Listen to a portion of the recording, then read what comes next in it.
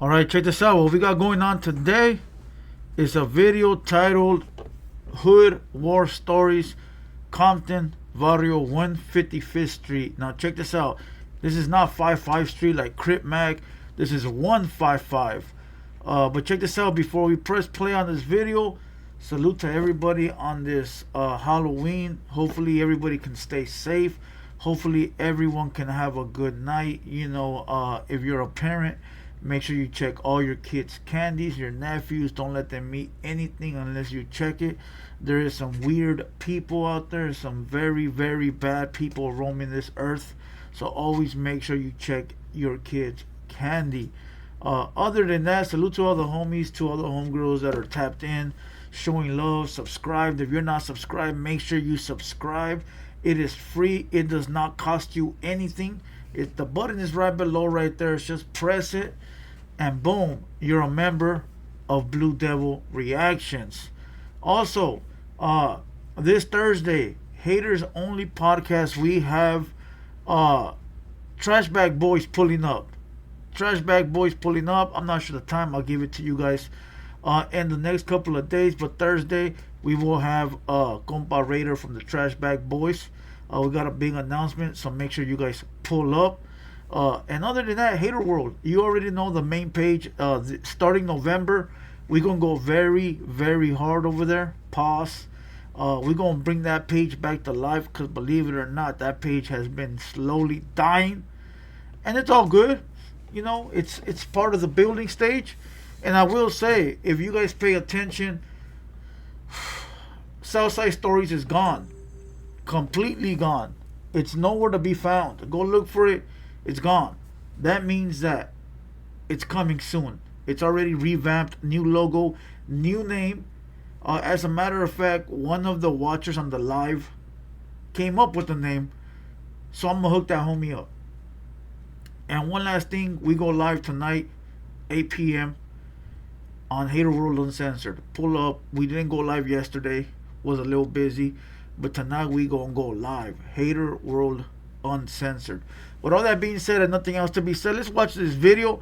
The story of Compton Barrio 155, Ruthless Gang of Compton. Let's get you guys a Blue Devil reaction. Let's go.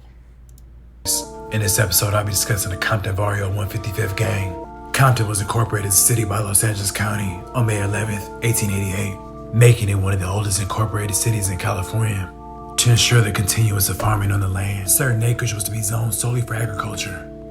To the west, there were disputed tracts of empty lots. Migrants were attracted to the farm work nearby and began squatting on these unoccupied lots. Mexicans, Pacific Islanders, and white and black people parked their trailers on the fields and built out of code housing. Compton would eventually annex this land, but paved streets, drainage, access to gas lines, water, and electric and power were problematic. These areas had no sidewalks. In the 1950s, street gangs formed in these depressed areas. You know, there's gangs that have been around since the 20s. For those that don't know, there's gangs that have been around since like 1920 something. You know, and I think the oldest gang can be traced back to the IE. If I'm not mistaken, the oldest gang can be traced back to the IE. And many more will follow, including the Compton Barrio 155th Gang. Their pocket-sized territories border from Compton Boulevard to 156th Street, between Central Avenue and Wilmington. Like many other Compton gangs, they are surrounded on all sides, meaning every member had to be extremely territorial. The worst of these 155th Street members were usually high on Seconal, also known as Red Devils. They were dangerous to everyone. And Red Devils? Come on, homie, we from the South Side. That's Blue Devils.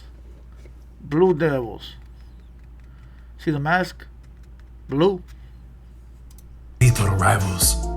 At that time, the official logo of the gang was a Grim Reaper. Very few 155th Street members graduated high school, as they were fully entrenched in the street life. The bitter rivalry between 155th Street and the surrounding black gangs had its beginnings during this era. The 155th Street gang members soon learned the best defensive tactic was to be very offensive. By being crazier than any surrounding gang, they established an atmosphere of intimidation that few dared to challenge. After the 92 riots, the Sureno gangs, under the control of the Mexican Mafia, intensified their attacks against black people. The 155th gang was an enthusiastic follower of this movement. There's a lot of gangs in Compton that don't get along with blacks.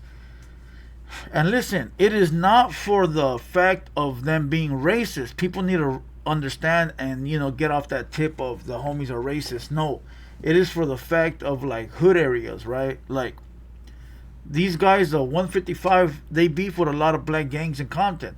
So for the hatred of the gang, they're going to disrespect the culture. They're not going to simply say, all right, we don't get along with the black gang, but let's not talk bad about their culture. Nah, you're going to be disrespectful all the way through. And the blacks do the same. The blacks that don't get along with the CV 155s are also going to disrespect them by calling them racial names, taco eaters, you name it, bro. The lists go long. I don't even want to get into them. All right, but it goes both ways. So it ain't like the homies are racist and the blacks are racist, because I know none of the homies and none of the black homies are really racist. It's just a gang thing. Being strongly influenced by Mexican mafia members Alejandro Tapia and their very own Raul Dagwood Vasquez, with the demographics of Compton shifting from majority black to majority Latino. Facts. The 155th gang felt comfortable enough to take it up a notch. Being a small gang, the activity associated with the 155th Street gang seems to rise and fall, with the influence exerted by a few hardcore members active at the time. On the evening of September 16th, 2007, Arthur, who was from CV 155, went on a shooting spree in territory claimed by the Campanella Pyro.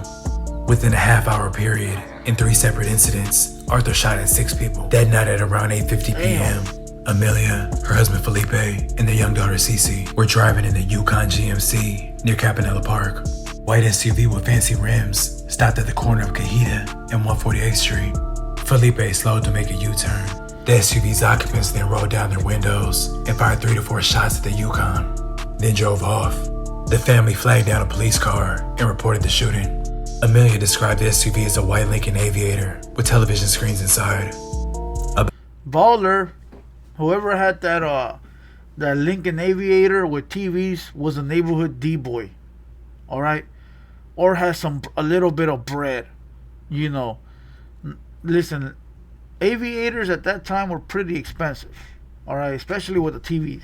About 10 minutes later, at approximately 9 p.m., cousins Brian and Anthony were in the driveway at Brian's home. As Anthony was backing his motorcycle out of the driveway, a white SUV that was on the wrong side of the street pulled up approximately 10 feet away from Brian and Anthony.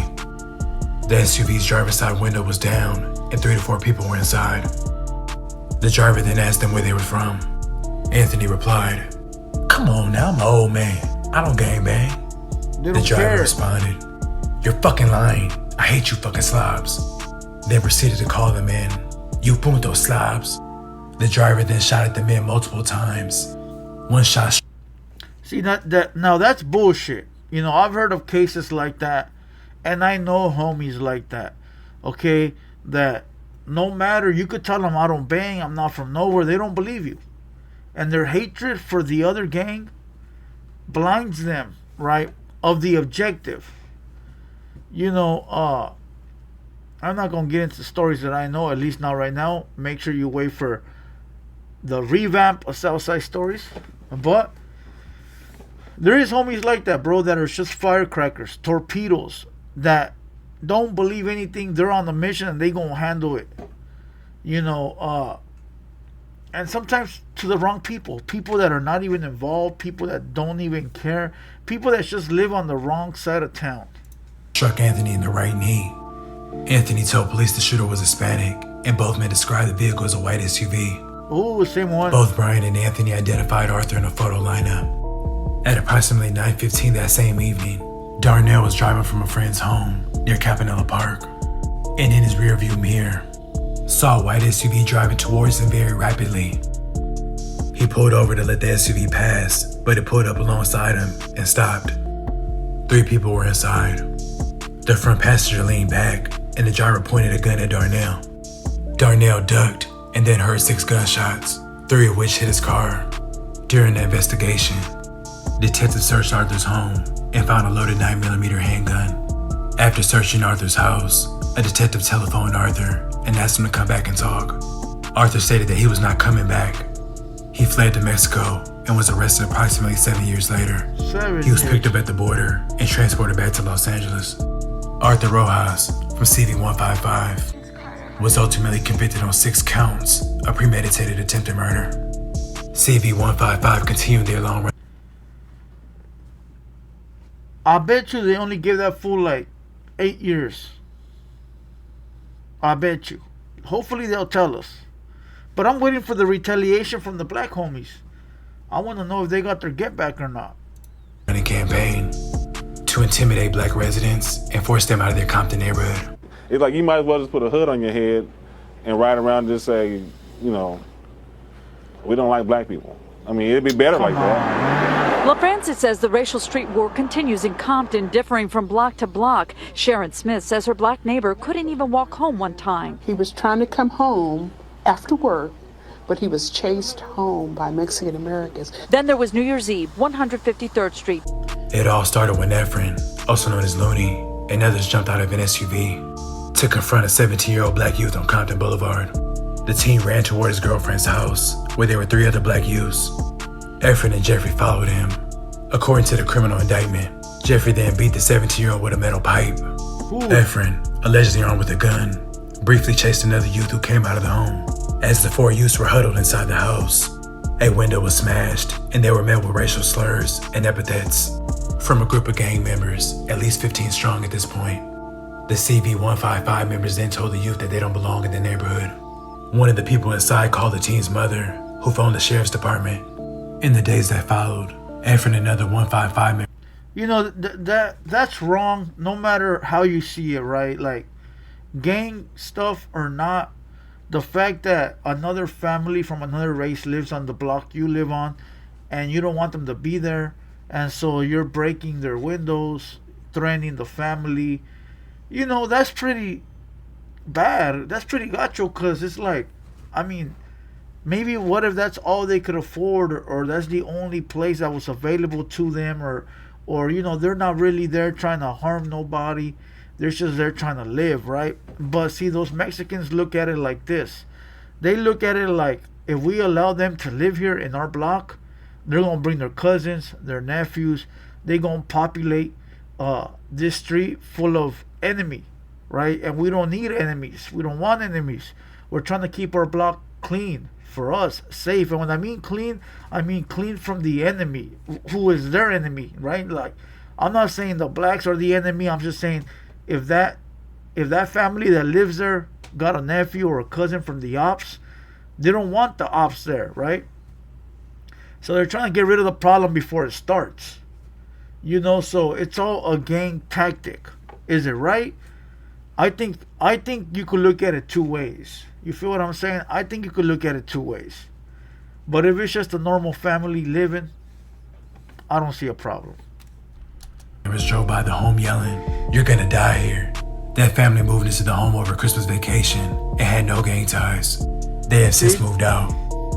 Efren Marquez and Jeffrey Aguilar, also known as Turkey, pled guilty to federal hate crime charges. They were each sentenced to 21 months. That's it. I guess that's it. They didn't say how much time the guy did that got busted in Mexico. I used to go to Compton a lot back in the early 2000s. You know, I got some homeboys from Compton.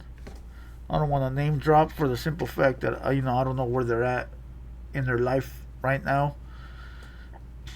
You know, but Compton is with the business. Compton is with the business. That's all I can say. Listen, I hope you guys enjoyed this video. Go over to the hater world. I'm about to go shoot and drop a video right now. So if you're watching this, go over there, show some love. Make sure you comment down below. Happy Halloween to everybody out there. Once again, like I said, make sure you guys are safe. You know, make sure you guys keep your kids on the watch.